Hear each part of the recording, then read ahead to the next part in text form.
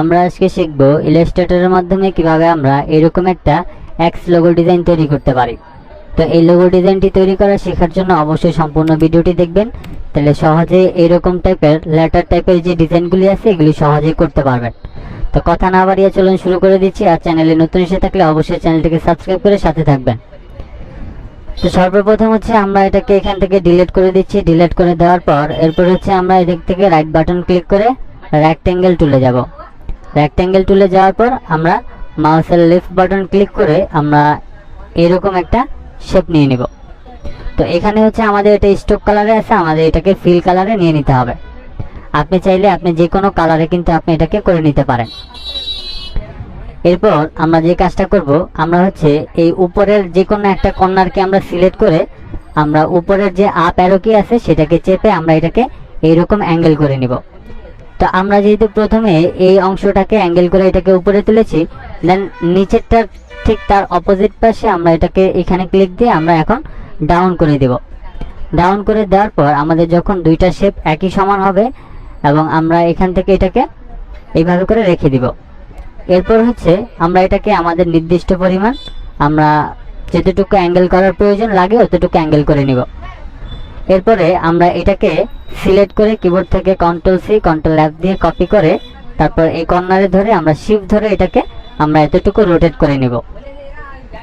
Rotate করে নেওয়ার পর আমরা এটাকে সমানভাবে একটু এইভাবে করে আমরা সমান করে নিলাম। এখন আমাদেরকে যে কাজটা করতে হবে, আমাদের এটাকে টেনে এখানে নিয়ে আসতে হবে। এখানে নিয়ে আসার পর এরপর আমরা এদিক থেকে যাব লাইন টুলে। লাইন টুলে যাওয়ার পর আমরা এদিক থেকে সোজা এই পর্যন্ত একটা লাইন নিয়ে নিব এবং আমরা এই স্ট্রোকটাকে উপরে তুলে দিয়ে এদিক থেকে ব্ল্যাক কালারটাকে সিলেক্ট করে আমরা এদিক থেকে আমাদের প্রয়োজন অনুযায়ী আমরা এই স্ট্রোকটাকে একটু মোটা করে নিব। তা আমরা এখান থেকে এতটুকু মোটা করে নিলাম। এরপরে হচ্ছে আমরা এটাকে অল্টার ধরে আমরা জাস্ট এখান থেকে এটাকে এখানে বসাই নেব।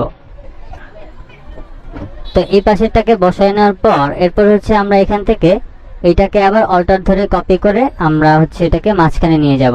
আমরা অবশ্যই স্ট্রোকটাকে সিলেক্ট করে আমরা ঠিক এটার মাঝ পজিশনে বসাই নেব। তো আমরা মাঝ পজিশনে বসাই নেওয়ার পর এরপরে হচ্ছে আমরা যে কোনো একটা কর্নারে ধরে অল্টার শিফট ধরে হচ্ছে আমরা এটাকে প্রয়োজন অনুযায়ী বড় করে নেব। তো আমরা এখান থেকে এটাকে বড় করে নিচ্ছি। এরপর হচ্ছে আমরা এটাকে এখন সিলেক্ট করব। এরপরে আমরা অল্টার শিফট ধরে এটাকেও একটু বড় করে নিব।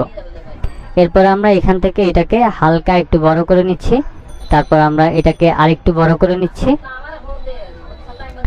তো এই হচ্ছে বিষয়। এখন আমাদের বুঝতে হবে যে আমরা এই লাইনগুলি ঠিকঠাক মতো বসিয়েছি কিনা। আমরা এটাকে একটু টেনে সরায় দেখি যে আমাদের এই স্ট্রোকটা সঠিকভাবে আমরা বসাতে পেরেছি কিনা। আমরা এটাকে সরিয়ে নিয়ে আমরা আবারও এটাকে নতুন করে বসায় নেব। নতুন করে বসায় নিয়ে আমরা জাস্ট এটাকে এখান থেকে এটাকে আরও একটু বড় করে নেব। আর আমরা চাইলে এই বড়টাকে আরেকটু বড় করে নিতে পারি, যাতে আমাদের প্রত্যেকটার যেই গ্যাপ আছে এবং এগুলির যে শেপ আছে সেই অনুযায়ী আমরা করে নিতে পারি। এটাকে আমরা আরেকটু ছোট করে নিচ্ছি প্রয়োজনে অল্টার শিফট ধরে। আপনারা অবশ্যই আমি যেভাবে করে করছি এইভাবে করে ট্রাই করবেন। এরপর হচ্ছে আমরা এই যে মাঝখানের যে আমাদের এটা আছে এটাকে সরিয়ে দেব। সরিয়ে দেওয়ার পর আমরা এই তিনটাকে একসাথে সিলেক্ট করে আমরা এদিক থেকে ইউনিফর্মে যাব। ইউনিফর্ম থেকে আমরা এদিক থেকে এই অপশনটাতে সিলেক্ট করে দিব। সিলেক্ট করে দেওয়ার পর আমরা এই তিনটাকে একসাথে ধরে আমরা জাস্ট এটাকে এখানে নিয়ে এভাবে করে রেখে দিব। তো এটাকে হচ্ছে আমাদের সঠিকভাবে বসাতে হবে। যেমন আমরা এটাকে আরেকটু নিচে নামায় নিচ্ছি এবং আমাদের এটাকে যেরকমটা রাখা প্রয়োজন অতটুকু রেখে দিব। তো এইভাবে করে রাখার পর এরপরে হচ্ছে আমাদেরকে এখানে যে কাজটা করতে হবে, আমাদের এই সম্পূর্ণটাকে সিলেক্ট করতে হবে। সম্পূর্ণটাকে সিলেক্ট করার আগে আমাদের দেখে নিতে হবে যে আমরা সম্পূর্ণ সব দিকে ঠিকঠাক আছে কিনা সেটাও দেখে নিতে হবে। আমরা আবারও তিনটাকে সিলেক্ট করে হালকা একটু উপরের দিকে তুলে দিচ্ছি। এখন মনে হচ্ছে আমাদের এটা ঠিক আছে।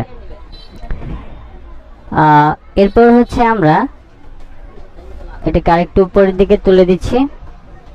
অ্যান্ড দেন আমরা সবটাকে একসাথে সিলেক্ট করব। সিলেক্ট করার পর আমরা এদিক থেকে শেপ বিল্ডার টুলে যাব এবং অল্টার ধরে আমরা এখানে মাউসের লেফট বাটন ক্লিক করব, আবার এখানে মাউসের লেফট বাটন ক্লিক করব। ক্লিক করার পর আমাদের এই অংশটা কিন্তু কেটে গেল। এরপর হচ্ছে আমি এই উপরের অংশটাকে সিলেক্ট করে ব্ল্যাক কালার করে দিব এবং এদিক থেকে হচ্ছে আমরা এটাকে রেড কালার করে দিচ্ছি। আমরা এটাকে সিলেক্ট করে নিয়ে আমরা এটাকে রেড কালার করে দিব, ফিল কালারটা আমাদের অফ থাকবে। এরপর আমরা এটাকেও মেরুন কালার করে দিব। তো আমরা এখান থেকে মেরুন কালার করে দিলাম। এরপরে হচ্ছে আমরা এটাকে একটু মেরুন কালার করে দিচ্ছি, যেহেতু আমাদের মেরুন কালার ব্যবহার করেছি, এখান থেকে মেরুন কালার ব্যবহার করলাম। তো এখন দেখেন আমাদের এই শেপটা কিন্তু সহজেই তৈরি হয়ে গেল। তো এখানে আরেকটা বিষয় হচ্ছে যে আপনার যদি কোনো একটা শেপ বেশি বড় মনে হয়, সেক্ষেত্রে আপনি অল্টার শিফট ধরে কিন্তু এটাকে চাইলে আপনি ছোট করতে পারেন। এরপর এটাও যদি বেশি বড় মনে হয়, সেক্ষেত্রে এটাকে আপনি ছোট করে নিতে পারেন। আপনার টোটাল কথা হচ্ছে এখানে আমরা যে শেপটা নিয়েছি, এই শেপ অনুযায়ী কিন্তু আমাদের শেপটা তৈরি করতে হবে। তো এই ছিল আমাদের ডিজাইন। এখন যদি আমরা এটাকে সুন্দর করে মোকআপ করি, তাহলে কিন্তু আমাদের ডিজাইনটা অনেক বেশি সুন্দর লাগবে দেখতে। এবং এইভাবে করে হচ্ছে আপনারা এই যে আমরা যে একটা এক্স লেটার দিয়ে যে ডিজাইনটা তৈরি করলাম, এটা কিন্তু দেখতে অনেকটাই সুন্দর লাগতেছে। তো এখানে আরেকটা বিষয় হচ্ছে এই যে আমাদের মাঝখানে যে গ্যাপ আছে, এই গ্যাপটা যদি আমরা কমায় রাখতে চাই, তাহলে আমাদের এটাকে একটু কমায় নিতে হবে, অথবা আপনি চাইলে এগুলিকে নর্মালিও একটু কমায় নিতে পারেন। তো আশা করছি আপনাদেরকে এই বিষয়টা ক্লিয়ার করতে পেরেছি। আজকের মতো এই পর্যন্তই ছিল। ভিডিওটি ভালো লেগে থাকলে অবশ্যই ভিডিওতে একটি লাইক দিয়ে দিবেন এবং নিয়মিত গ্রাফিক ডিজাইন শেখার জন্য অবশ্যই চ্যানেলটিকে সাবস্ক্রাইব করে সাথে থাকবেন। পাশাপাশি আমাদের একটা ফেসবুক পেজ আছে, সেখানে জয়েন হয়ে নেবেন এবং সেখান থেকেও কিন্তু আমাদের নিয়মিত ভিডিও কিন্তু আপনারা পেয়ে যাবেন। সবাই ভালো থাকবেন, সুস্থ থাকবেন। আল্লাহ হাফেজ।